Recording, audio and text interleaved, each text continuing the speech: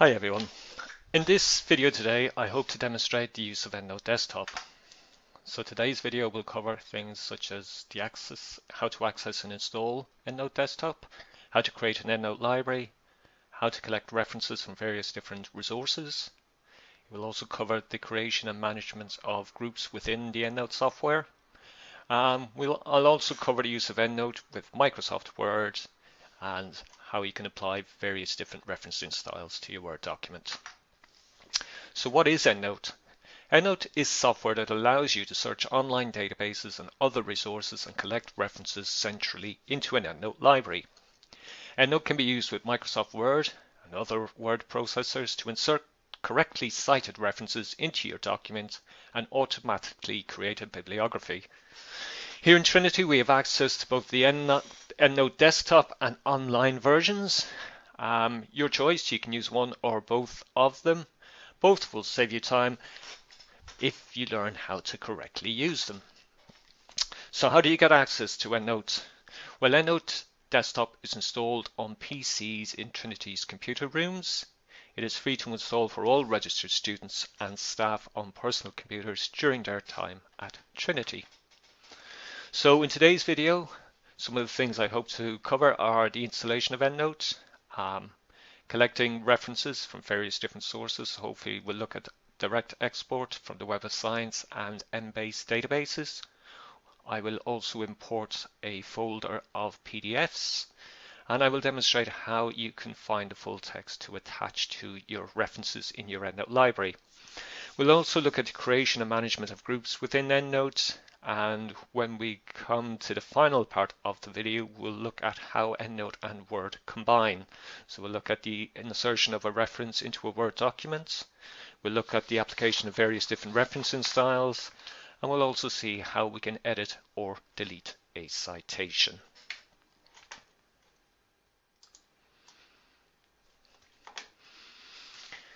Okay. So if you want to install EndNote, you will need to come to the library's homepage, and that can be found at tcd.ie/library, or you can Google TCD library and that should bring you to the library website. Now EndNote can be found on the right hand side of the library website. You'll see there's various different menu options, and there is the EndNote option. So I will just click on it and it should open up the menus. Okay, so here we are looking at the EndNotes section of the library website. First bit is just a bit of blurb about what EndNote is and does. And you can see here, EndNote allows users to create a personalized database of references. You can type the references in or import them from a database, and you can create a bibliography for a thesis, an assignment, or a journal article in the reference style required, and easily change that referencing style if you need to. For those of you who want to install EndNote, you'll see here on the left-hand side the various download options. So I'll just click and show you. So we have two versions. We're currently using EndNote version 20, and we have a Windows and a Mac operating system version. Now, for those of you on college, when you click on this link, you should go straight through, and you'll see for the Windows version we have two files. We have an installation file and a license file.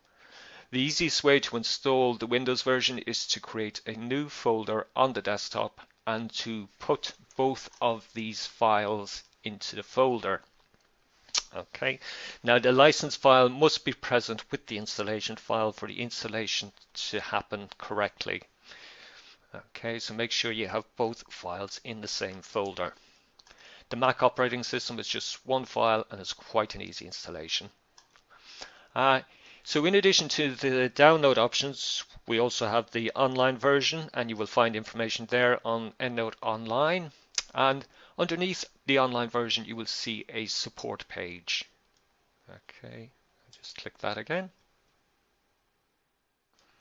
Okay, so on the support page, you will find various videos and tutorials on the use of EndNote. And you can see there, recording for the introduction to EndNote Desktop 20. We have documentation as well, how to combine chapters in Word, a beginner's guide to EndNote Online, multiple bibliographies, footnotes, etc., etc., using EndNote with systematic reviews. Okay, so you can find all the information you need here on the library website under the EndNote section. Okay, so without further ado, I'm actually going to open up the EndNote software and I'm going to demo how we can use it. I'm now going to do a live demonstration on EndNote. So the first thing I need to do is actually to create an EndNote library. So I just go to my Start menu. Now EndNote is previously installed. This is my PC, so there you'll see it's actually listed in the applications. It's all alphabetical. And under E you'll see EndNote. I'll click on the folder and there's access to the software. So just double click on that to launch it. And it's EndNote 20 as you can see. Now this is a library I have created previously, so I'm going to create a new one. And much as you would do in Windows like with Word, you just go to File, New. Now I need to decide where I'm going to save this library, so I'm going to save it onto the desktop. And I'm going to call it My Library. Of course, you can choose any name you want. I'll just call My Library. Click on Save. And this should create a new library with no references in it. Here we go. So just close that one down. And this is my new blank library. You can see it there, My Library. Now this is what a blank library looks like in EndNote. You notice that we have the complete window here, but it's divided into 3 panes. This center pane is where all your references will appear when you bring them into EndNote. And we have various display options: year, author, title, and journal title. Okay, and if you need to change those, you can just right click up here. Anything with a tick beside it will display, or you can remove a tick if you do not want to see something displayed, but that's how you can do it. Just right click up here if you need to change those display options. On the left hand side, this black pane, this is what we call the groups pane. You see there are some groups here already by default, such as unfiled and trash, and all references, which represents all the references that will be in your library. On the right hand side we have what we call the preview pane. So when you select a reference here in the main pane or the main screen, it'll actually show you preview here on the right hand side, and if you need to do any edits or if you've attached a PDF, this is where you will see all that information. Now there's not very much we can do with a blank library, so we need to start populating the library with references from our searches. And to do that I need to go back to the library website. Okay, so today I am using the Safari browser, okay, which works quite well with EndNote. You can also use Chrome as well, which also works quite well. Now, to conduct a search to find references, we generally use either library catalog or databases, and I am focused today mainly on the databases. So I'm just going to click on the database link here.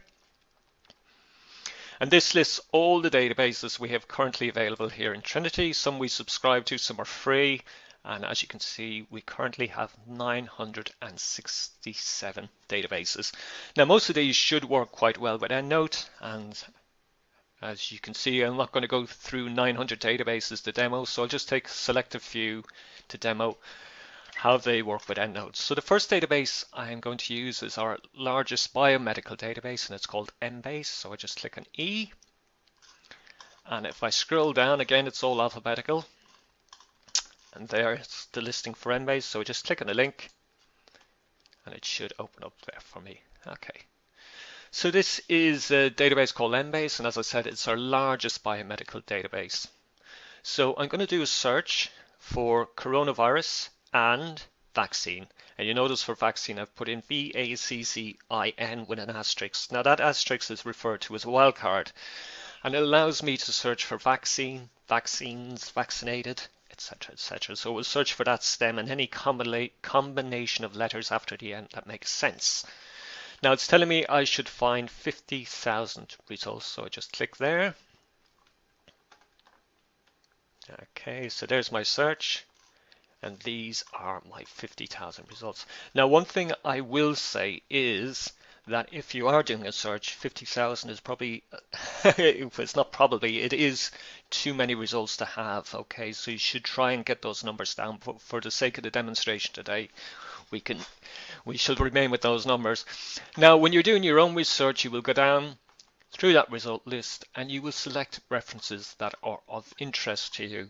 If you're doing a big piece of research like a systematic review or a PhD or a master's, maybe you would probably bring all the results. Okay, now for the sake of the demonstration today, I'm just going to select a few references and bring them into my EndNote library. And the selection process is quite simple. You have the option up here to select 100, 500, 5,000, up to 10,000, all the way up to 50,000. Okay, but you also have the option of selecting individual references, and that's what I am going to do. So I'm just going to select the first 6 here, and you just see me putting ticks in the box beside each reference. Okay, so I selected the first 6 and then I scroll back up. Now, when you do your searches in the databases, you run the search and your results are presented. So that procedure is fairly standard across most databases. Now, the next thing you need to do is to find some way to bring those references into EndNote, and that's generally done with an export option, and that export option generally sits at the top of the result list of references, and you see it there, export. So I'm just going to click on export for these 6 references I've selected. So I click export and this screen pops up. It's kind of like a dialog box. Now the format is the RIS format, and in brackets after you see Mendeley, EndNote. So this is the format that EndNote will understand and accept. RIS just stands for Research Information Systems Format. Okay, and that's the format for EndNote. So I just now need to click on export, and then this screen pops up with a download. So just click on download, and there's the records ready to bring into EndNote. So this is in the Safari browser. If you're using Chrome, that actually will appear at the bottom of the browser. So just click on this. And these are the 6 references from the Embase database. Okay. Now when they come into this imported references section. Okay. And there you can see them. And that's all 6. So when you bring them in, you should just quickly check the references. Okay, and we can do that over here on the right hand side. You see there's an option here to edit, and you can just scroll down. You're just checking that the author is in the correct field, title, year, journal, and you see these keywords, abstract, etc. So it all seems to be present and correct. You can also see a summary, and this is how the reference will appear in your bibliography. Okay, so currently I'm using a Vancouver style, and that is how the reference will appear in the Vancouver. I do have the option to change that. APA, JAMA, MHRA, RefMan, Sage, Sage Harvard, etc., etc. Or you can select another style as well, and there are many thousands of styles you can choose from. They are mostly journal styles, but you will not be stuck for an option. There's many thousands you can choose from. Okay, so that was a search in Embase. We brought in the 6 references. They are now sitting in our EndNote library. I'm now going to go back and bring in references from another database, and this database I'm going to use, and again I just close down the Embase options. The database I'm going to use this time is a database called the Web of Science. So again, this is the library's database page. We went to E for Embase, so for the Web of Science we just click on W and scroll down. We seem to have accumulated quite a number of databases under W now at the moment, so the one I'm going to use is the Web of Science Core Collection. You see there's another option for all databases, but I'm using the Core Collection, so just click on it. And again, it opens up as like Embase. And here's my search. So I'm going to do a topic search for coronavirus and vaccine. And again, this is the same search that I did in Embase. And when you replicate the same search across a number of different resources, that is what we call systematic searching. Okay, so I'll just put in my 2 topics here. I'm going to click on search. And this time it finds 17,000 references. And again, that number is way too high. And if you're doing your own research, definitely try and get that number down. But it presents the information in the exact same way that you saw being presented in Embase. So we have our references that match our search, and again you can see our search terms being matched in yellow, so it's highlighting where our terms occur, our search terms occur. Okay, so like I did with Embase, I'm going to select the references by putting a tick in the box beside those I want to bring into EndNote. So again, I'm going to select 6 of them, and I scroll back up. And again, we're looking for that export option, and there it is. So I just click export.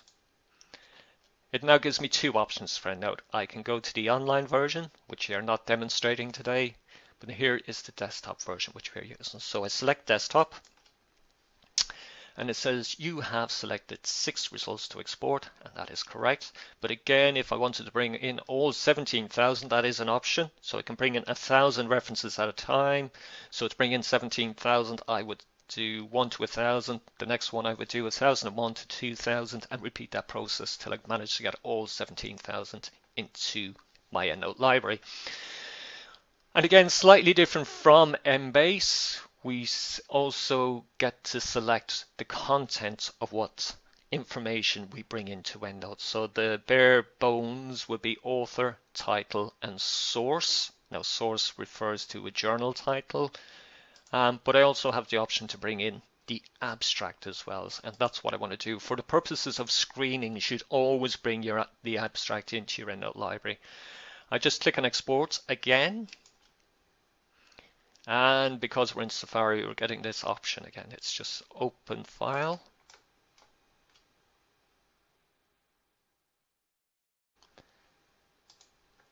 And those references have now been added to my EndNote library. So see our library now, we have the 6 references from Embase. We also now have the 6 references from the Web of Science. Okay, so 12 references in total. So I can check here again. So journal article, author, year, title, all here on the right hand side. And again, everything seems to be where it should be. Now to see all the references in my library, I just click. So this is then totally combined together now. So all 12 references now appear.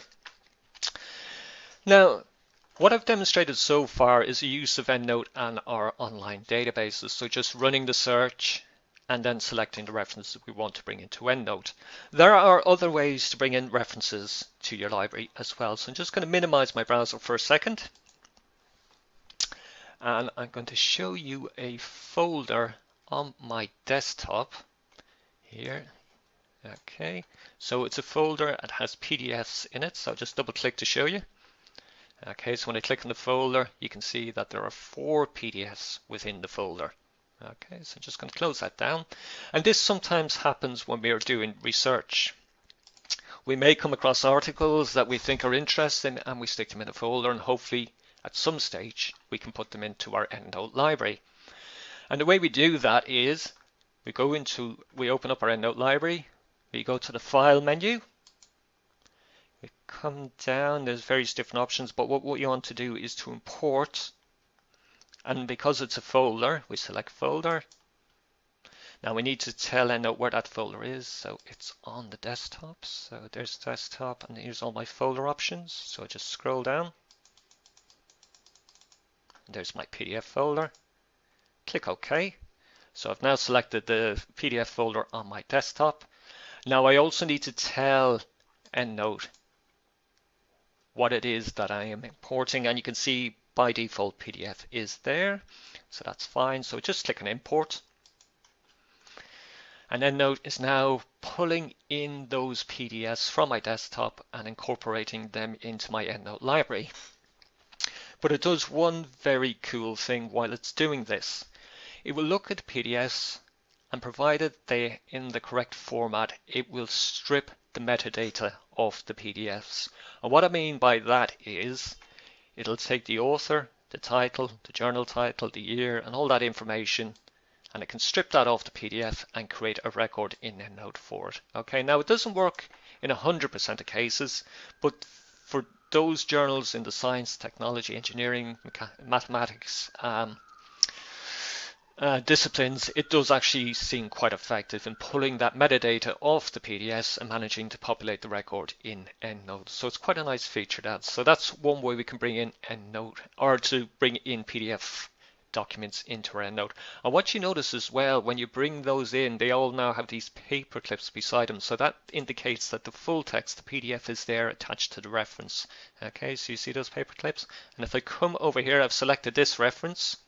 And if I come over here on the right hand side, click on PDF, there's the reference and there's the full text. And if I need to open that, I just click that option there on the top right hand side, and there's the PDF. Okay, so in addition to actually having the reference, the citation, you can also have the full text attached. Okay, now my library has 16 references.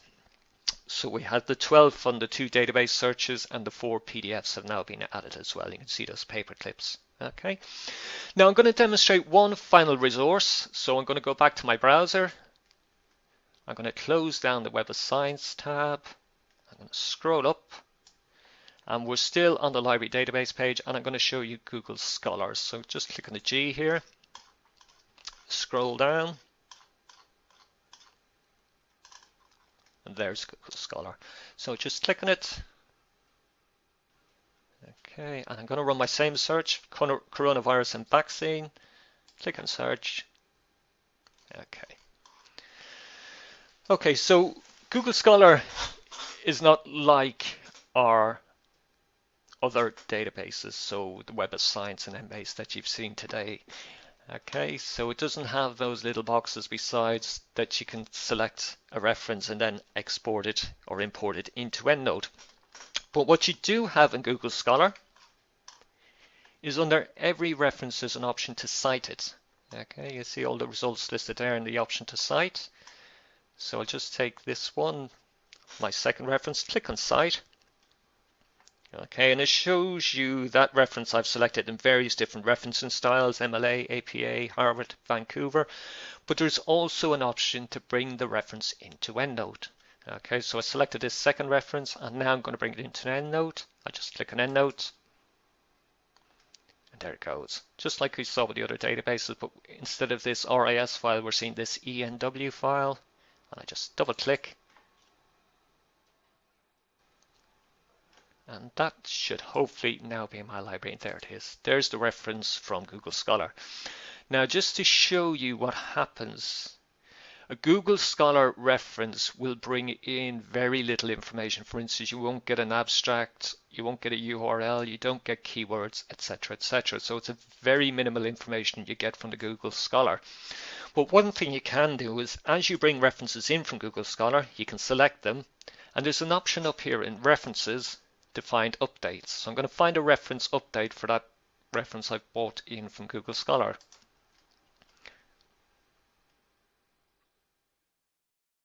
Okay, and the hope here is that we can fill in some of the empty information. Okay, and here's the option Update Empty Fields, and click OK. Okay, so now we have things like URLs been attached, we've got a few keywords, etc., etc. Still no abstract, but I mean it's in better condition than when we brought it in initially. So we now have 17 references in our library, as you can see. Okay, now I'm going to demonstrate some of the features within the software itself. Okay, so I ran a search, coronavirus and vaccine, so it was a systematic search, and I ran it across 3 databases, Web of Science, Embase and Google. So now I'm going to check to see if there are any duplicates in my library, i.e. did I pick up the same reference from different databases. So first thing I'm going to do is just click on one of the references in my library. You see it turns green there, and then I go to Edit and select all. So I'm going to select all the references in my library. Now I go to the library menu, and there should be an option there to find duplicates, and there it is, third option down, find duplicates in the library, and it tells me that no duplicate references have been found, so that's okay. So this represents a single instance of each reference in my library. There's no duplicates within it. Okay, so next thing I'm going to do is create a group. Now my library is quite small, there's only 17 references in it, but if you're doing a big piece of research, you might be doing your PhD, your master's thesis, or maybe you're writing a big journal article or something, or a report, and you may just want to divide your library into more manageable kind of groups. Okay, and you can do that in EndNote with this feature here, My Groups. Okay, or you can use the menu option up here, which is the exact same. So if I go to groups, I'm going to create a group, and I'm going to call this group Must Read. Okay, so that's my Must Read group, and when I click on it, you'll see there's no references in it. So I'm going to add a couple of references to my Must Read group. So to select a reference, I just click on the reference here in the reference pane, and if I need to select more than one reference, I keep the Control key on my keyboard pressed, or if you're using a Mac, use the Command key on a Mac. Okay, and that will allow you to select more than one reference. So that's number 2, 3, and 4. Okay, so I've selected 4. I'm going to add those to my Must Read group. So I can go up here to Groups, I can add references to Must Read. And if you had more than one group, you could select which group you wanted to add the references to. So click on Must Read, and that's added the 4 references, these 4 references to Must Read. You'll notice that they actually remain in the main library as well. So that means you can add them to a second group if you wish. So a reference can sit in more than one group. Now if I go to my Must Read group, there are the 4 references I have selected. Okay. Now I can also add the full text as well. Okay, and again, to do that, I'm in my Must Read group here. You notice that none of these references have a paperclip, so I want to attach the full text. So again, I'm going to select all these references, and I do that by selecting one, go to Edit, select all. Okay, so now all the references in this group are selected, and there's an option up here. You see it's like a page with a magnifying glass, and if you hover over it, it says search the web. Sorry, do that again. Search the web for full text documents for the selected references. So I'm just going to click that. And now what happens is it's finding the full text. It's searching for 4, as you can see, and that's the 4 in the group that I've selected. Okay, and it's found 1 already. You see the paperclip is now appearing. Okay. So it's found 2,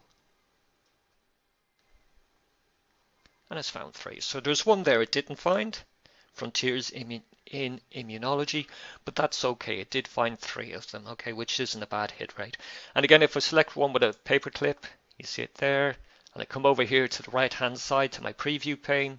If I select PDF, there's the PDF for that reference, and I can open it up by using this feature here. Okay, and that's the full text. Just close that down again, and that takes me back to the reference. I can go back to my group, my Must Read group, or I can go back to my main library.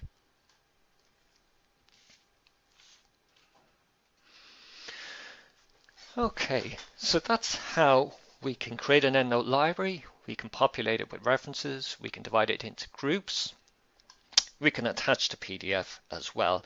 If you need to do minor edits in a reference, you can select whatever reference it is, and you can just go in and change whatever information you need to do here on the right hand side. Okay, so you can actually click in and make changes or edits, and then you can save them.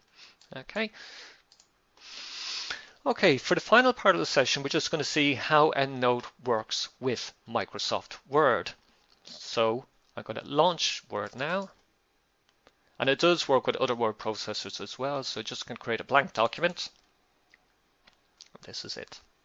Okay. Now, when you install Word on a Windows PC or laptop, when you install EndNote on a Windows PC or laptop, in Word you will notice that there is a new menu option when you open it up. So you see EndNote 20. So this allows Word and EndNote 20 to interact and allows you to insert references into your Word documents and also the creation of bibliographies.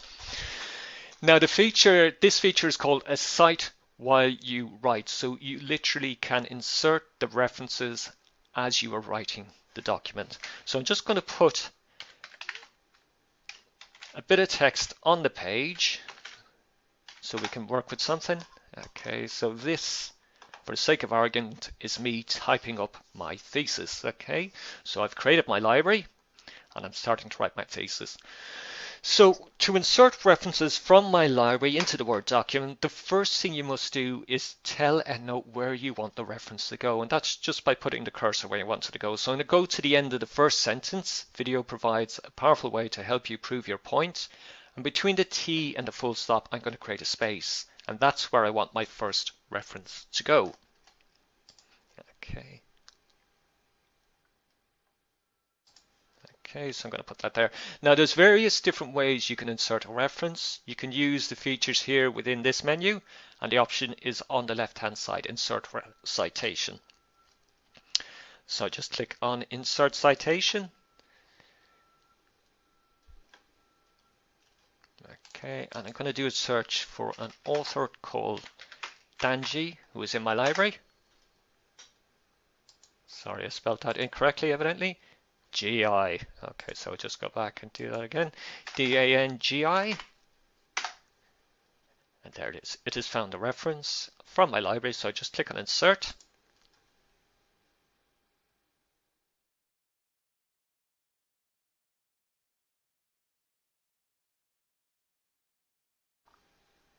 And that has now gone into my Word document. Now the referencing style I'm using currently is Sage Harvard, but I do have the options to change that, as you did in your library as well. So again, I can change it to Vancouver, which is a numbered style. So currently we're on an author date style. I can change to Vancouver, and that's a numbered style, as you can see.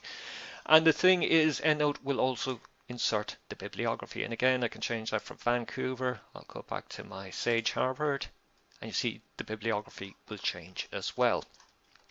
Okay. Now, if I need to insert more than one reference, this time I'm going to go to the end of the first paragraph, create a space, and this time I'm going to do it slightly differently. I'm going to go to my EndNote library, and I'm going to select some references I'll take my Danji again as well, and there should be an option here to insert a citation. So you can do the exact same from the EndNote library as you did in the Word document. So if I click on that, and there it goes in. And there are the 3 references I selected, and they are now in my Word document. And if I come down, you see that they have also been added to the bibliography. Okay, so that's how we can insert a reference. We can use it here. You can go to EndNote menu, click on Insert Citation, or you can go to your library, select the references, and you can click on the site there, Insert Citation as well. Okay. Now you notice when I click on these references that have been inserted by EndNote that they turn grey. Now the reason they turn grey is that there are XML tags on these references that we cannot see. Okay, but what that means is we can't go in. So if, for instance, if I decided that Dangi et al. 2021 was a mistake, I can't just go in here, highlight and delete. Okay, I must use the EndNote functionality to add and remove or edit these references. Okay, so if I, for instance, if that Danji was a mistake and I want to remove it, I need to highlight it like I've done here so it turns grey, and then I go up here to the EndNote menu and I click on Edit and Manage Citation, and you notice I've clicked this one which is grey, so this is the one that should be highlighted here, and there it is. Okay, so if I want to remove this Danji reference, I just go over here to Edit Reference and I click Remove Citation. Click OK, and you notice that Danji has now been removed from the end of the paragraph. But we also have it up here at the top as well. So that means, what that means is it should also remain in the bibliography. If, however, I get rid of this reference to Danji, which would remove all references to Danji in the documents, so I'll just highlight this one again. I go to Edit and Manage, and Edit Reference, Remove Citation. Click OK, and that one has now been removed. So I'm just going to restore this or get rid of that space I created But what you now notice is Danji has been removed from the bibliography because there's no mention up here in the document of Danji. So EndNote automatically picked up on that and removed it from the document. So it's quite intuitive. Okay, so once you get your library together and you can start inserting or removing the references quite quickly. Okay, so it's quite a straightforward process. Okay, so you just continue doing that till your document is finished. Okay, and always work with the same library. Don't use various different libraries to insert references. Always work with the same library and try to keep your document together as well. Now, this document is a very important document. This is the one that has links to your EndNote library, and this is the one I would create a backup of. Okay, so make sure you back up this document. Okay, now one last thing you may want to do once your document is complete, you might want to convert this into a Word document, just a clean Word document. And what I mean by that is when you click on these, they don't turn gray. Okay, so what I'm going to do is I'm going to save this one first, save it onto the desktop or save as. Browse, we'll stick it on the desktop for now.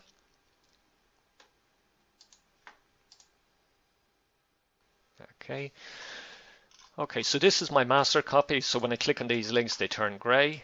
But I'm going to create a clean copy now that doesn't have the XML tags. And the way I do that is convert citations and bibliography. I'm going to convert to plain text. So just click on that option. So convert citations and bibliography, convert to plain text. And what it says, this command will create a new copy of your Word document. So it's not going to get rid of this one. This one will remain the same, but it will create a copy of it. So I click OK.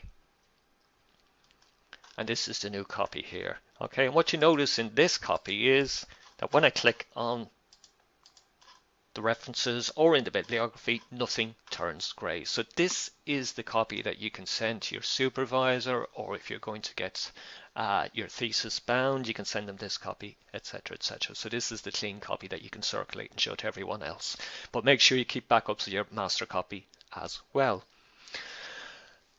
Okay, so that's all I wanted to show you today. We've had a look at EndNote. We've created a library. We've populated it with references. We've created a group. We've added some full text. And we've also seen how it works with Word. I'd like to thank you today for looking at this video, and feel free to attend any of the Library Hits sessions on EndNote. We train constantly on the software, so make sure you attend a session if you need or want to. Thank you very much. This is David Moakler signing off.